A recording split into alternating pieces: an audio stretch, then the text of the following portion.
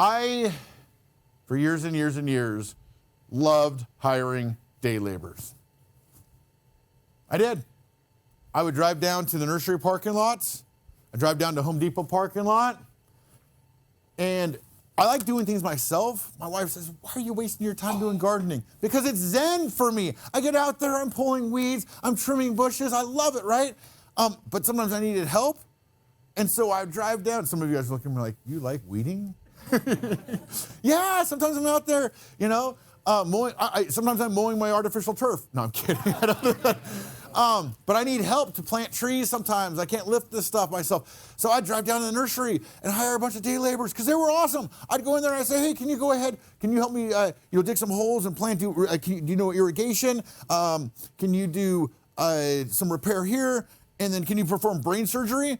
And the answer is always yes. Yeah, they're like, yeah, absolutely, right? And their craftsmanship, it's fantastic. I love it. And then I realized through some clients' experiences that that's not a great thing to do. And to give you an example, Jody owns an apartment building in her own name, her apartment manager. This is one of those things we need to kind of analyze. Hires 2 people from the Home Depot parking lot to wash windows. One of the workers falls from a ladder and is killed. Jody has 3 LLCs, California LLCs, that's another point, with 1 property in each. What's at risk? Everything.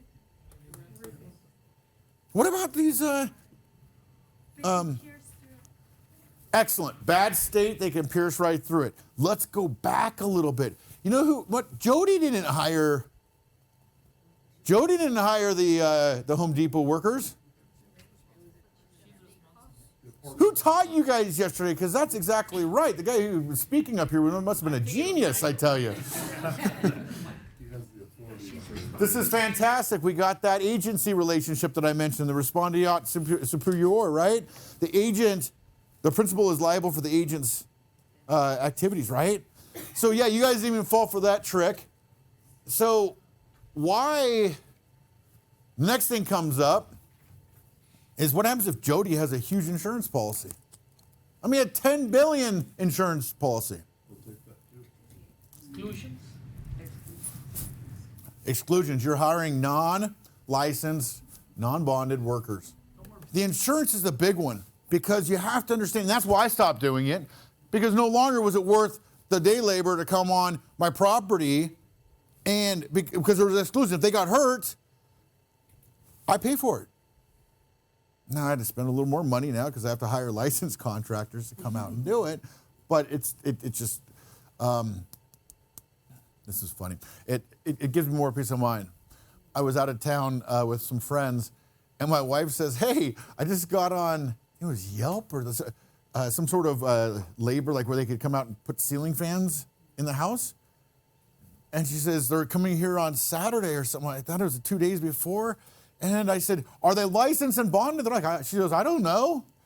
She's an attorney too. I'm like, you verify it right now. Let's get this taken care of. Because we have 25-foot ceilings.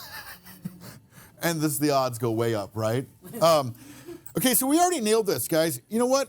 Those California LLCs, they can pierce right through them. You get it? Question. So I thought you could only pierce them if there was actually money moved between them. So even if it was isolated, would it still be easy to pierce? That was the original law. And then we had California, Colorado, Florida kind of ruin this, where the judges or the juries said that's not fair. The legislature came in and said, no, we're going to allow judicial foreclosure. And so they changed the law.